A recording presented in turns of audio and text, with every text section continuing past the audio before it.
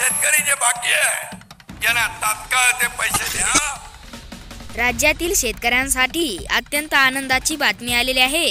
जे शेतकरी व्हिडिओ शेवटपर्यंत पाहतील त्यांना संपूर्ण माहिती सविस्तर पाहायला मिळेल। त्यापूर्वी चॅनलवर नवीन असाल तर आपल्या चॅनलला आता सबस्क्राइब करा, जेणेकरून आपल्याला नवीन येणारा व्हिडिओ सर्वात अगोदर पाहायला मिळेल।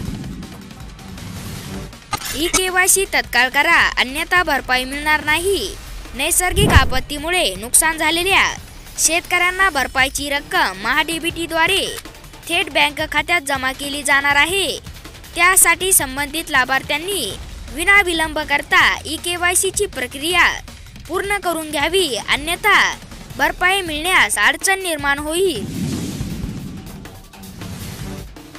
अर्थसंकल्पात शेतकऱ्यांसाठी मोठ्या घोषणा।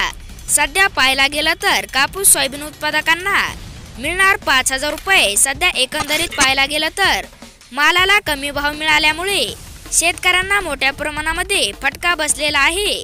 त्यामुळे सरकारचा मोठा निर्णय आहे। राज्यातील 40 तालुक्यामध्ये दुष्काळ जाहीर देखील पाहायला मिळत आहे।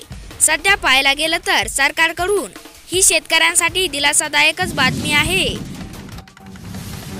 सोयाबीनचे दर वाढेना, आवक मात्र वाढली।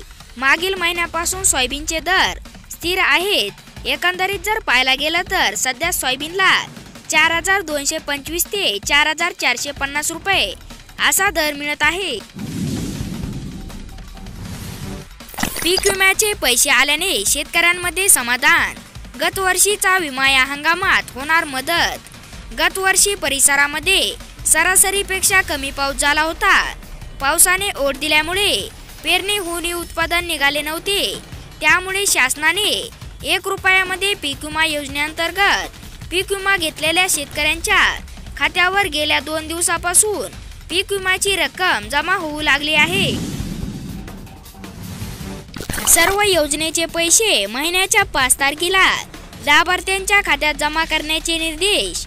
उपमुख्यमंत्री अजित पवार यांची ग्वाही।